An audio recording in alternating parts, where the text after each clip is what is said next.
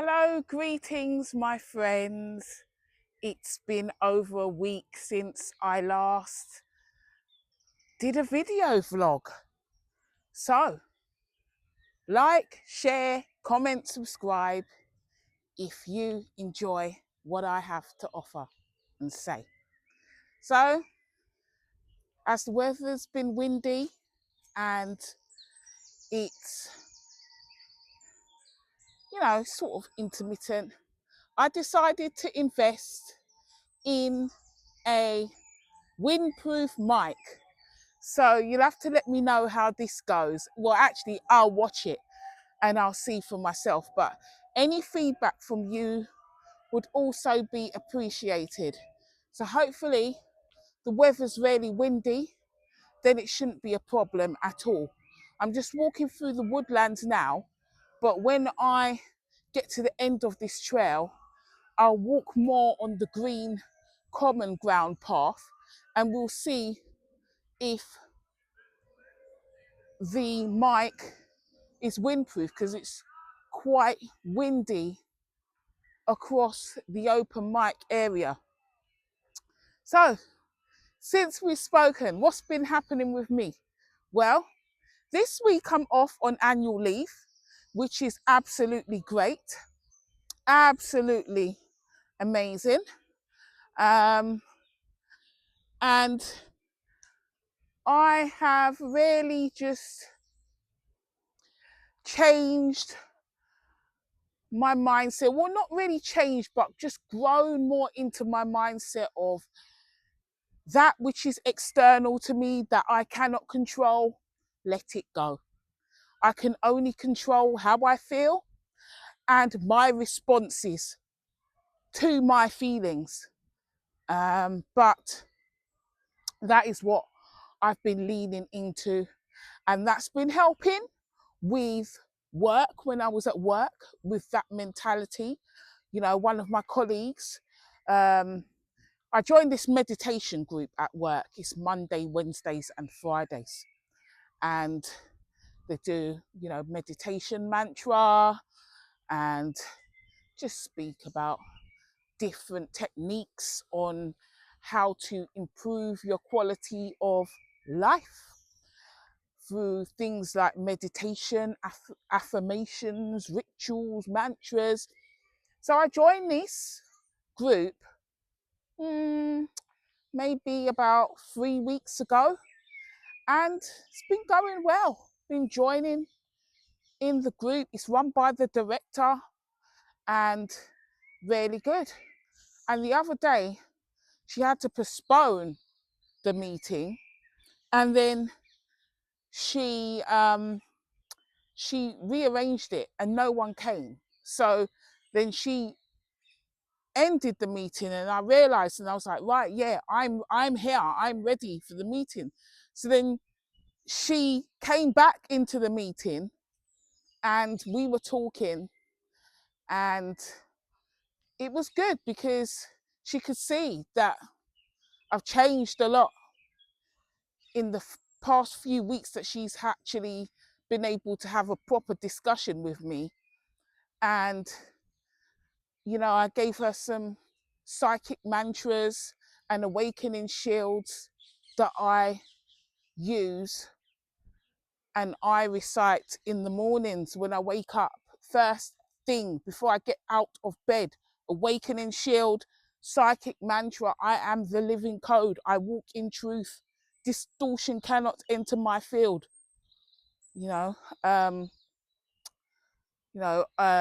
Visualize a protective boundary around me, and within this barrier I am safe and sovereign.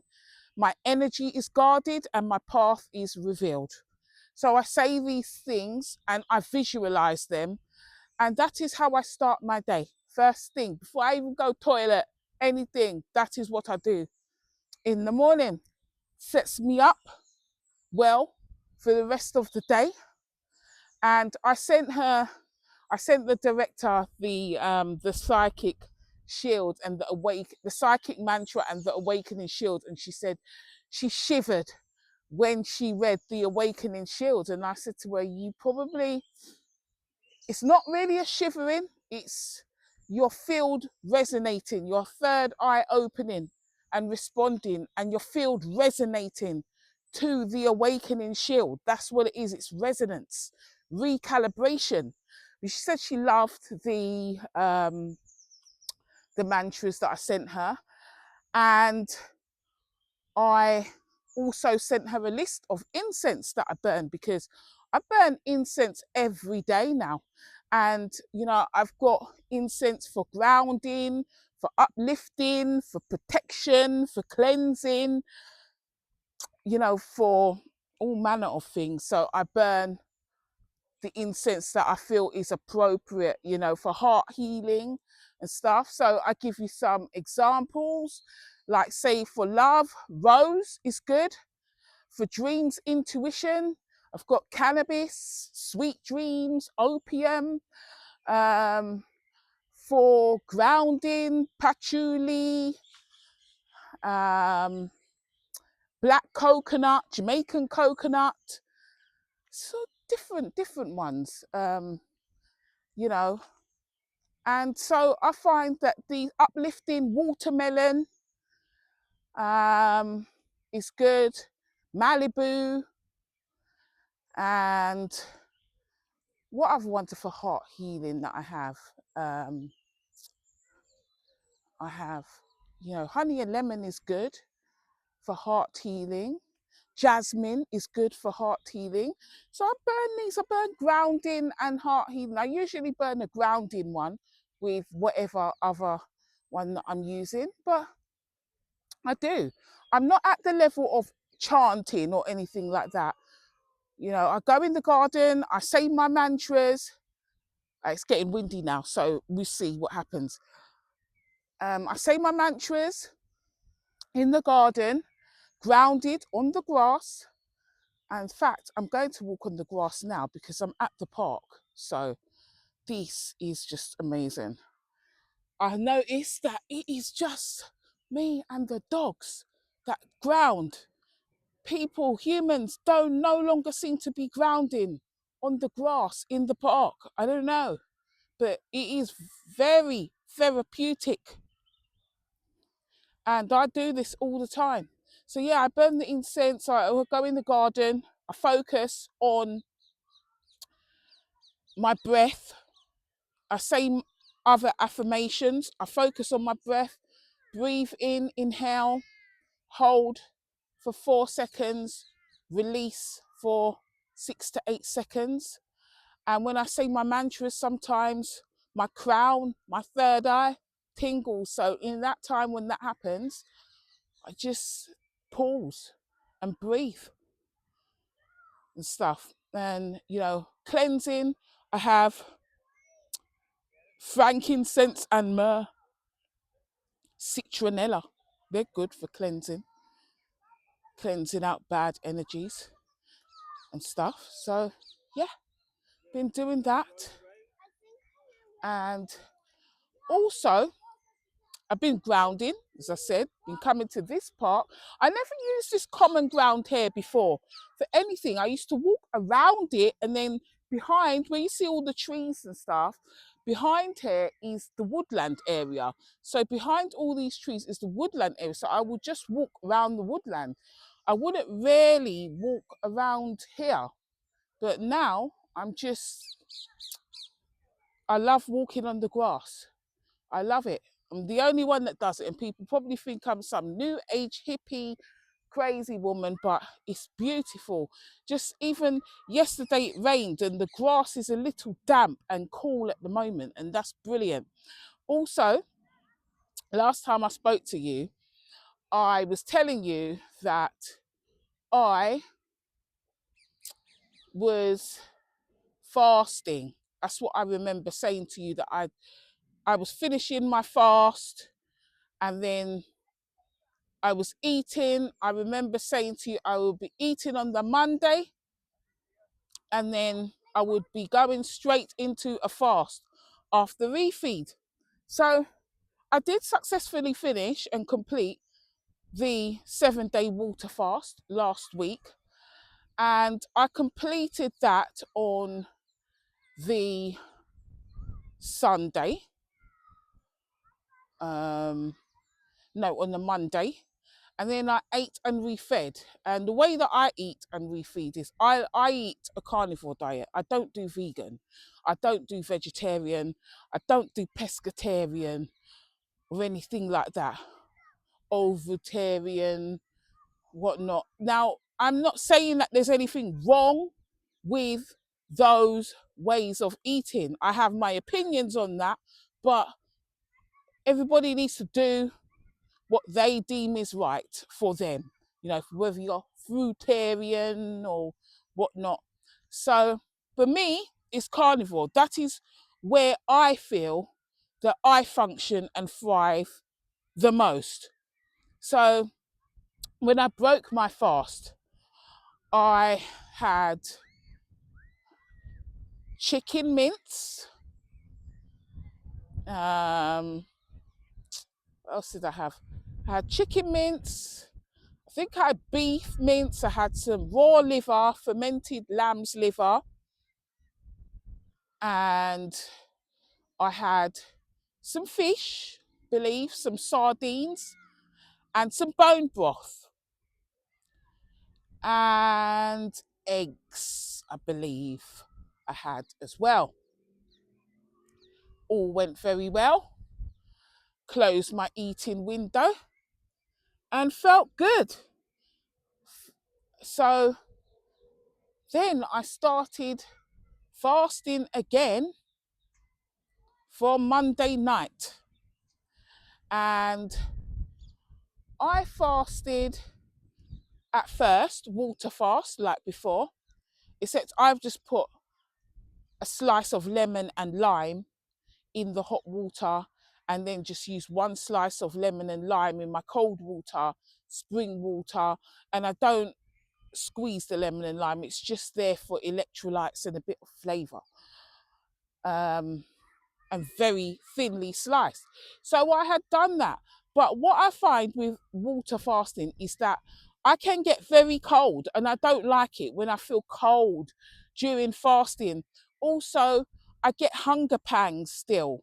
Not terrible, but hunger pangs because my digestive system is not fully getting a break. It's still having to process water because, believe me, even when you are drinking water, whether it be spring water or mineral water, osmosis water, this is not the metabolic water that your body stores in its cells. It is not. Your body still has to process that water which you drink. Okay, the only pure and perfect water for your body is the water that it filters for itself and stores in its cells. So I just felt that I was getting very cold with the fasting. I was fed up of the stomach grumbling and stuff. And so I decided it's time for me to embark on a dry fast. Now, my plan was to fast for another week, water fast, and then move on to dry fasting afterwards. So now, should I say.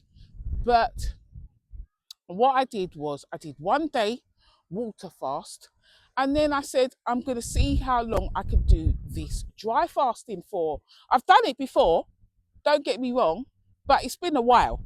So I said, I'm going to see how long I can do this for. And if it becomes a bit too much, then I'll just sip some water as and when. Well, I started dry fasting on Tuesday night before bed, and I broke my fast at midnight on Tuesday morning. Okay, midnight Tuesday morning, I broke my dry fast, nil by mouth, so no food and no fluid at all, no water, just dry. I did a soft fast, so not a hard fast where you can't come into contact with any water or anything. No, I did a soft fast, so I was able to brush my teeth, have a shower. I had a magnesium Epsom salt bath as well, and I was glad. And there were times when I got really hot because dry fasting can do that to you. You can get extremely hot with dry fasting. So basically, there were times when I just got the tap and just the shower head of the tap and just ran ice cold water over my face. Not drinking, just ran it over my face to cool me down. I came to the park many a time just to walk on the grass while it was cold, just to cool down and feel the earth. Let the earth, the grass, just take the heat away from the soles of my feet, just take it away from me and transmute it, disperse it. And that helped a lot as well. Because with dry fasting, what happens is this man's coming over here, yeah, and he's meant to be over there. I'm walking, he's kicking the ball over here. What happens with the dry fasting is that your body has to create its own water. So that means that it has to basically break down your fat cells. So not only is it gluconeogenesis by taking the glycerol backbone off of the fat, but it also has to create the metabolic water for you. Well, use it basically. So the hydrogen atom of the fat cell in the water, now it's making it's the hydrogen atoms, it is now making metabolic water for you as well. Because you're not bringing it in, your body has to burn even more fat to create the water needed to sustain you. So I did that. And I dry fasted for 6 days. I water fasted for 1 and dry fasted for 6 days. And yes, there were effects of feeling absolutely boiling. People were walking around in winter coats, yeah. And I was walking around like this, just like this, because I was so hot, because your body goes into a sort of, some people call it heat crisis, but it's just where your body turns into a furnace, where it's having to burn those, having to oxidize those fat cells. It is having to do it rapidly to provide water for you. So I did that, and I didn't have the hunger pangs. No hunger pangs like when I do water fasting. And I know it sounds absolutely crazy. Like, how can you feel like it's easier to function without drinking water? Believe me, my friends, for me, it is easier for nothing to pass my mouth. No water, no food, nothing. And then my body doesn't expect anything, because if I drink water, my body expects food to come with that water. But where I dry fast, my body doesn't expect anything. It doesn't expect anything. So I did that and I felt good. And I'm telling you, the last day was a drag. It was an absolute drag for me. I stayed up till midnight so that I could just drink water. And I did that. When I broke my fast, they say, oh, when you break your fast, you should just sip water for half a day, just very slowly. First, you're meant to use apparently bicarbonated soda with water and some salt, yeah, some Himalayan or sea salt, and just sip that for about an hour, a glass, and then that alkalizes your kidneys, and then you can go towards drinking a glass of water slowly. And then for the first day, just drink water, whether you want to drink coconut water or water. I don't drink coconut water. Number one, I don't like it. And number two, it's just loaded with carbs. And I don't really do carbs like that. So I don't have time for all of that. I eat like how I think my ancestors would eat. And if my ancestors were primal, you're not going to be waiting for a day or 2 days to say, oh, let's alkalize the acids in the stomach and do all of this before we set out to eat any food. Hell to the nah, they're just going to eat food. Yeah. So for me, basically, when I finished my fast, I drank some water slowly, room temperature mineral water with a slice of lemon and lime and a touch of pink Himalayan salt. And I just drank that through a straw. It was about half a litre. I drank that. And then afterwards, I had a hot drink of water, another half a litre. I drank the first water in 6 minutes, and that was slow with a straw. Yeah. And then I drank a mug of hot water, it's about 400 litres. And I drank that with hot water and lemon. And then I had Greek yogurt with a few cut strawberries and the first raspberry from my garden, the first ripe raspberry that I saw. I picked it and I just added that. So I had that. Then I went to bed and I felt fine.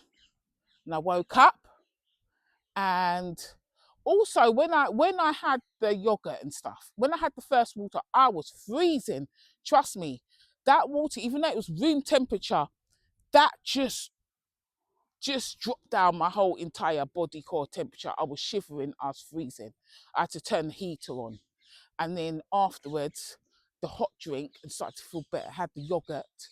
And then following that, went to bed for a few hours, woke up, had some bone broth, homemade bone broth that I prepared for myself on the Monday and I'd batched up. Had some bone broth, and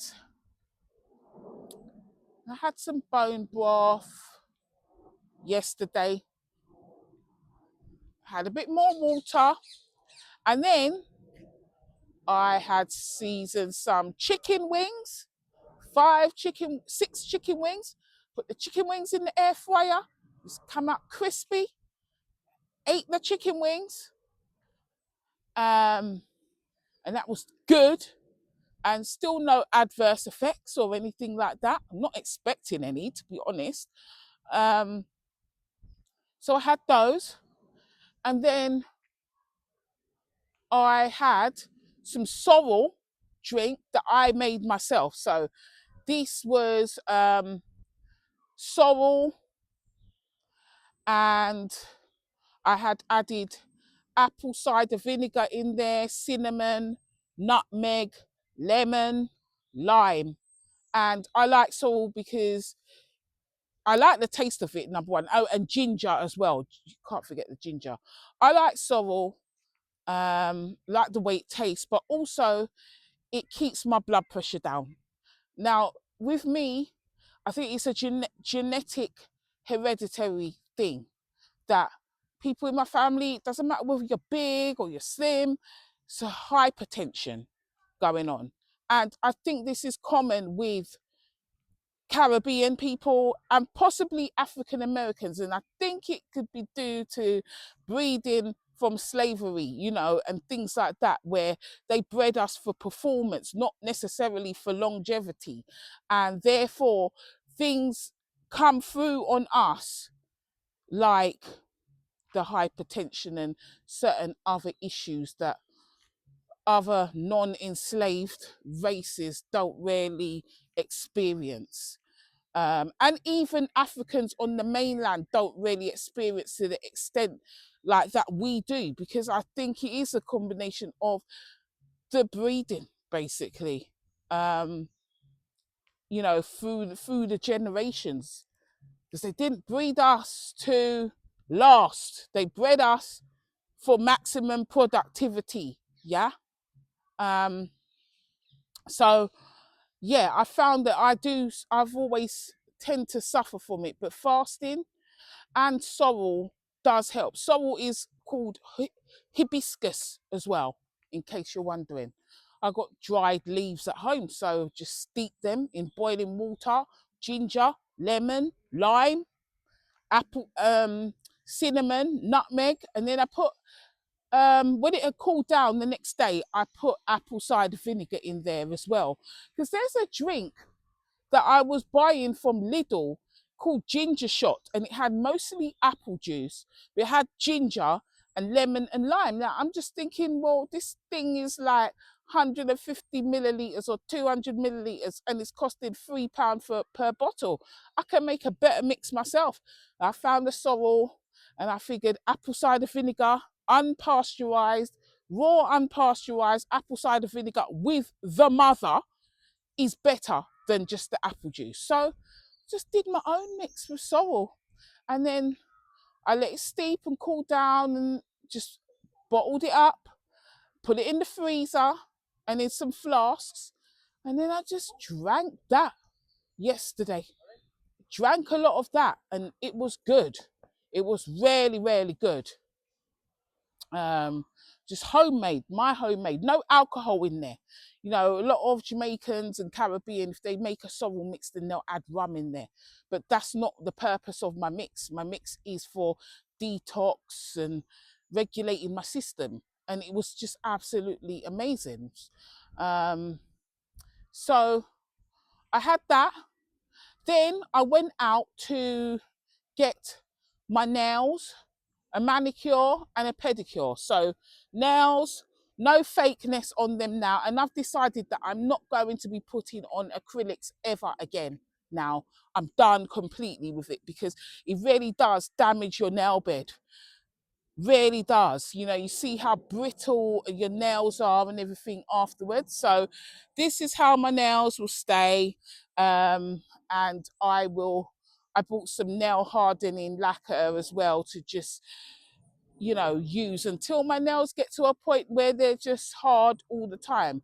Toenails are like adamantium or vibranium. They're just like hard, but my fingers, no.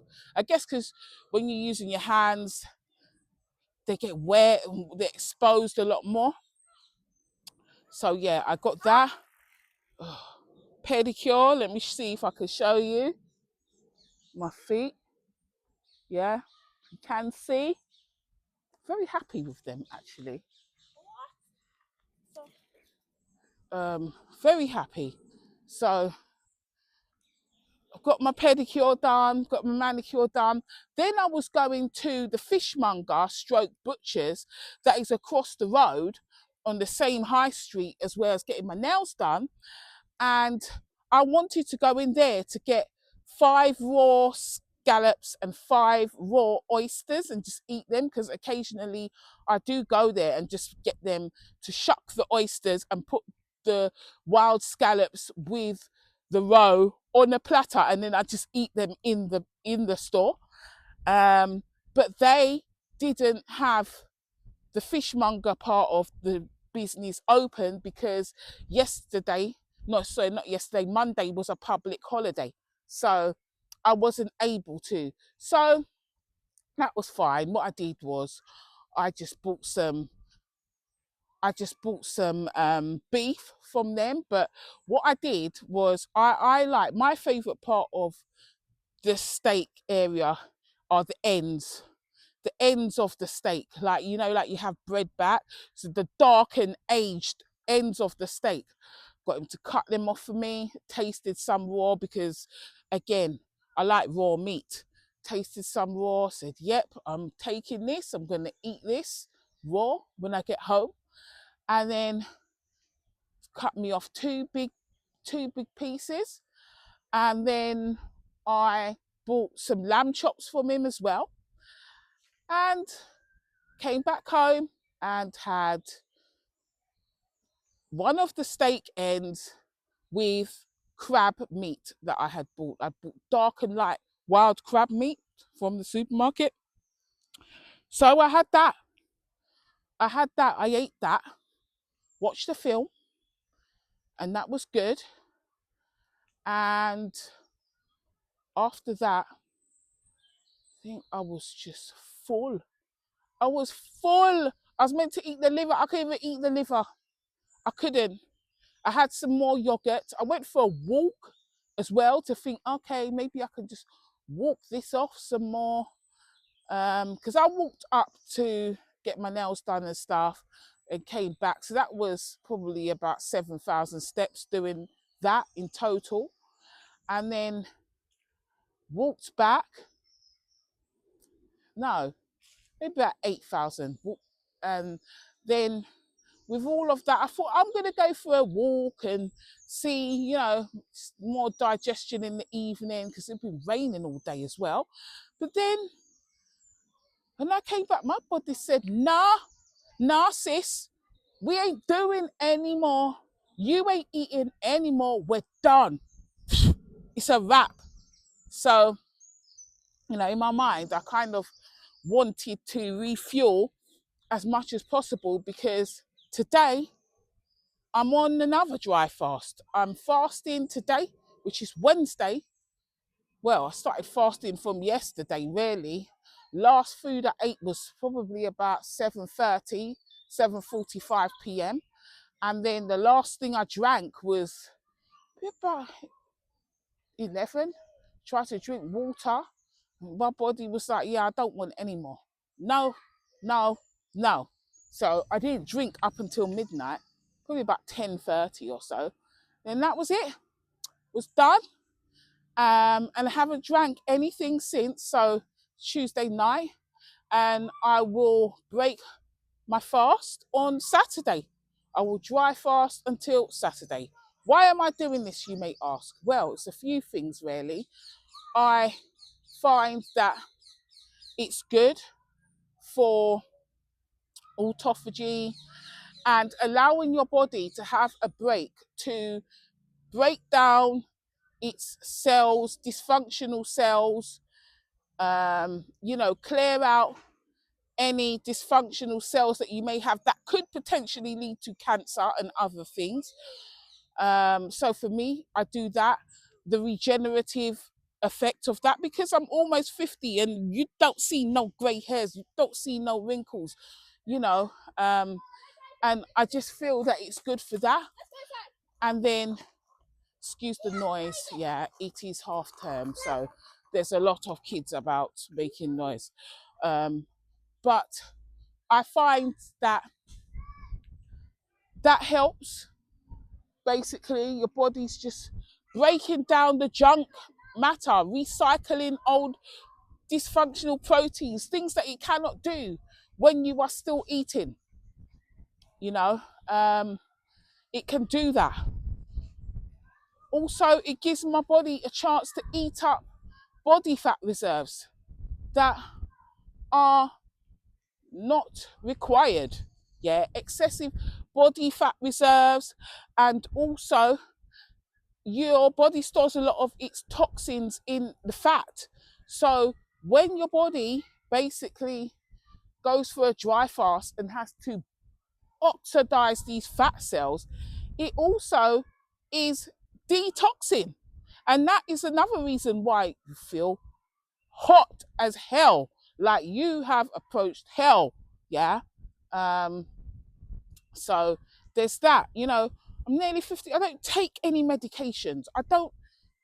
There's nothing wrong with me, with my digestion, with anything. And I want to keep it that way, And also, I find mentally, it makes me extremely strong. Resilience, yeah? Because you can do without that which is vital for life. Food and water, yeah? Of course, you need the air. The air, I need the air, But food and water, if you can do without those, and you can still be strong enough to get on and do what you need to do, it makes you a very resilient person. And also, you have to face your demons. You don't have any food or water to fall back on for comfort. No, no. You just have to sit with yourself, soothe yourself. You know, I'm not phoning anyone. Oh, XY said, no, just get on with it. That is what I do. Get on with it. And it does give you a level of resilience and strength and fortitude to do without that which you require for life, to abstain from it for a period of time makes you strong. It also brings you closer to your creator, to source, to God. I find that I'm closer to God when I do this. And yeah, you might be saying sarcastically, yeah, you're closer to God, you're one step closer to dying, chick. But no, I'm not. I'm not. I'm still as strong as ever.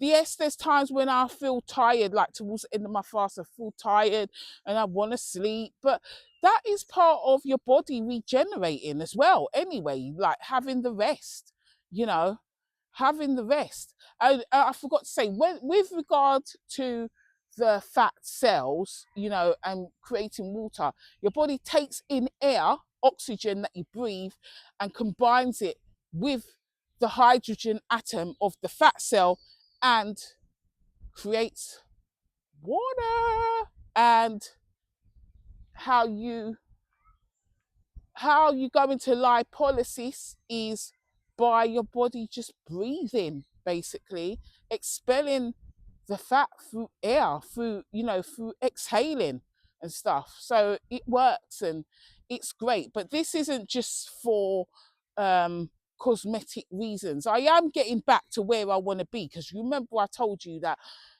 I was made to feel like when I was really my optimal size, oh, you looked old, oh, this, that, and the other. And I felt amazing, and I'm going back to that now. So this is just an easy way to do it for me.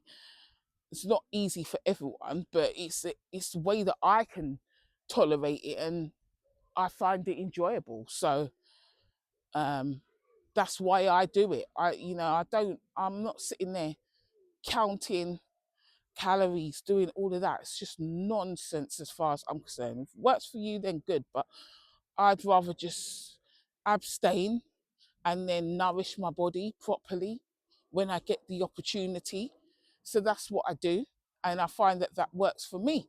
I was looking at something, I was reading something the other day where someone was saying how they fasted and then they ate some food, and when they ate the food, they said they put on 5 pounds, and then they were really upset.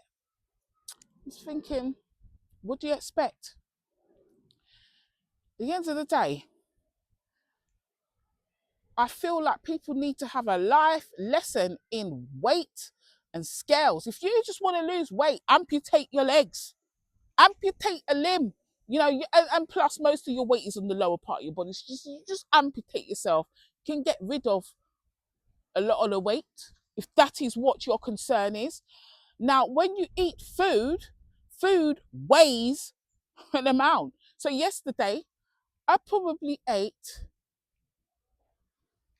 let's see, at least a kilo, minimum. Maybe, so yeah, I would say probably 2 kilograms worth in weight of food. And then if we're talking about liters of water, maybe 3 liters of water in total. What are we looking at there? We're looking at, what's liters in weights? Probably, I don't know, so 3 kilograms as well. So of course I'm going to put on 6 kilograms. But does that mean that I have eaten the equivalent in calories? Like, what is 1 pound? 1 pound is 3,500 calories. 1 kilogram is 2.2 pounds. So more than 7,000 calories. Did I eat that yesterday? Hell no. I did not eat that yesterday. I even think I ate 2,000 calories, yeah, if you look at it like that. So the weight is not a reflection of the progress that you are making. You can use it as a marker, but you know what, to be honest with you, you're better off using waist beads or just measuring your waist circumference to see whether you're making progress or not by your weight, because weight can be affected by so many variables. You know, when I'm on my menstrual period, I retain water. Hormonal fluctuations mean you can retain water. You know, I have been on a water fast before and gained 0.5 pounds. I was on a 14-day water fast. Day 14, I gained 0.5 pounds. How did I gain 0.5 pounds? Did I eat? Did I eat 1,750 calories? No, I didn't. I just drank water. But if it has weight, then you will gain weight, you know, and then you will lose it. Just like when you eat, you're going to be heavier, then you're going to be lighter as your body digests it. Also, waste in your system as well, you know. So, this is, you know, waste in your system, food in your digestive tract, whatnot.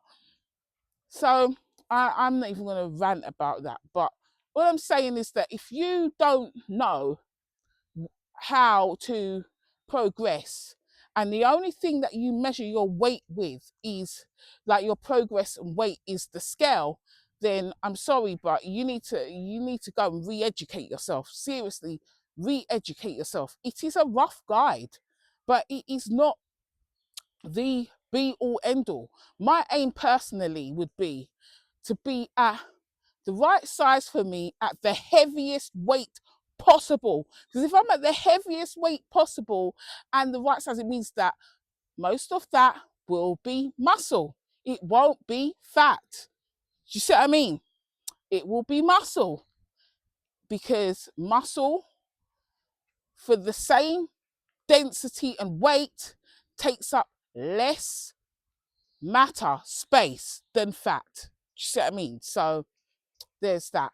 But I wanted to test this out, this cam, and I hope it's going to work okay. I'm going to watch it back in a bit. 42 minutes. I'm loving being on my annual leave. No headaches this time. Gonna go back and start doing some clearing. Yeah, I'll clear the conservatory today. That's what I'll do. Conservatory today to clear. And then look at another room, maybe the spare room tomorrow. I can do the conservatory. It's mostly closed in there. Then I'm going to end it. And, you know, I'll be doing some affirmations for my inner child, healing my inner child, because childhood wounds and things like that. And that's been helping too. And then yesterday I was watching some movies. So I watched The Little Mermaid, the movie, and that was nice. I enjoyed that. Yeah, I really enjoyed that. Then I watched Beauty and the Beast, and I was not impressed. Beauty and the Beast is about trauma bonding. You know, the guy, that was the movie that I watched, yeah. Not the live movie, not the animation, yeah. And in the movie, basically, the guy Gaston wanted to be with Belle, the beauty, yeah. He was an absolute overt narcissist, ridiculous. Then when her father went out and got to the beast's house, the beast locked up the father. Yeah, and the beast, the reason why the beast turned into the beast was because he was an overt narcissist that was just really nasty, yeah, and turned away a woman that came.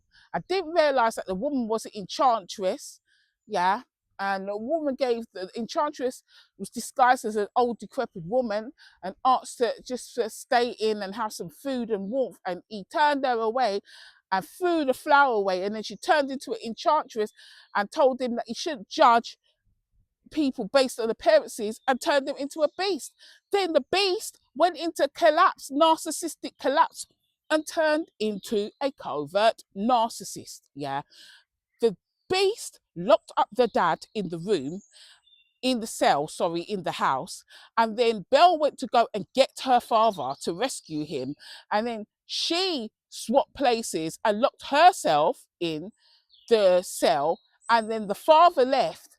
And then basically he then started to have some company. She was there, Belle, eventually regulating the beast's emotions, because obviously he's emotionally dysregulated, can't regulate his own emotions, needs the company, can't be alone, typical narcissist, yeah. And basically, when she finds out that her father is not doing well, the beast gives her the mirror that she can look into, and it shows her whatever she asks. And he tells her, take the mirror, you can check on me when you're gone. Check on me, check on me. So it was all about him. And he changed, and he gave her that, yeah. He gave her that mirror. He did all of that because he saw her as his only hope. Yeah, there was nothing in the movie to show that he changed his ways, his patterns of behavior had changed. No, he was just a small change of behavior to get what he wanted. Yeah. And then he changed into a princess and prince and back into the prince, and then they're together. Now, and the father's in the house, in the palace, and giving his blessings. Like, well, you're giving your blessing to someone that imprisoned you and your child. Yeah. This is a whole story about trauma bonding that I'm just not impressed with. And this is why we as people, we end up in very dysfunctional relationships, very dysfunctional, because we are fed BS from the system on distorted illusions of love, and this is not how people should be. Should be reciprocity and consistent patterns of behavior, and not trauma bonding masked as love, because Beauty and the Beast is trauma bonding masked as love. I got a lot to say about that movie. I ain't gonna do it right now. And I started watching Cinderella, the movie, and I've got a lot to say about that, and I'm not even halfway through it yet. But my friends, I have missed you all. I'm not gonna lie, I've missed you. I couldn't really talk before. My mouth was dry as a camel, man. Need to preserve all of that. But now I'm hydrated from yesterday, so I could talk to you for a while. And I'm doing 3-day stints. So every day 4, I'm eating. So it's not, it's doable. That's doable for me. 3-day dry fast, day 4 eat. I can do that. I don't feel like, it felt like a very long slug before. So yeah, that's where I'm at. But like, share, comment, subscribe, please do. And let me know your thoughts on everything I've discussed today. I've missed you, and I'd love to hear from you. And I'll see you soon. Ciao, ciao.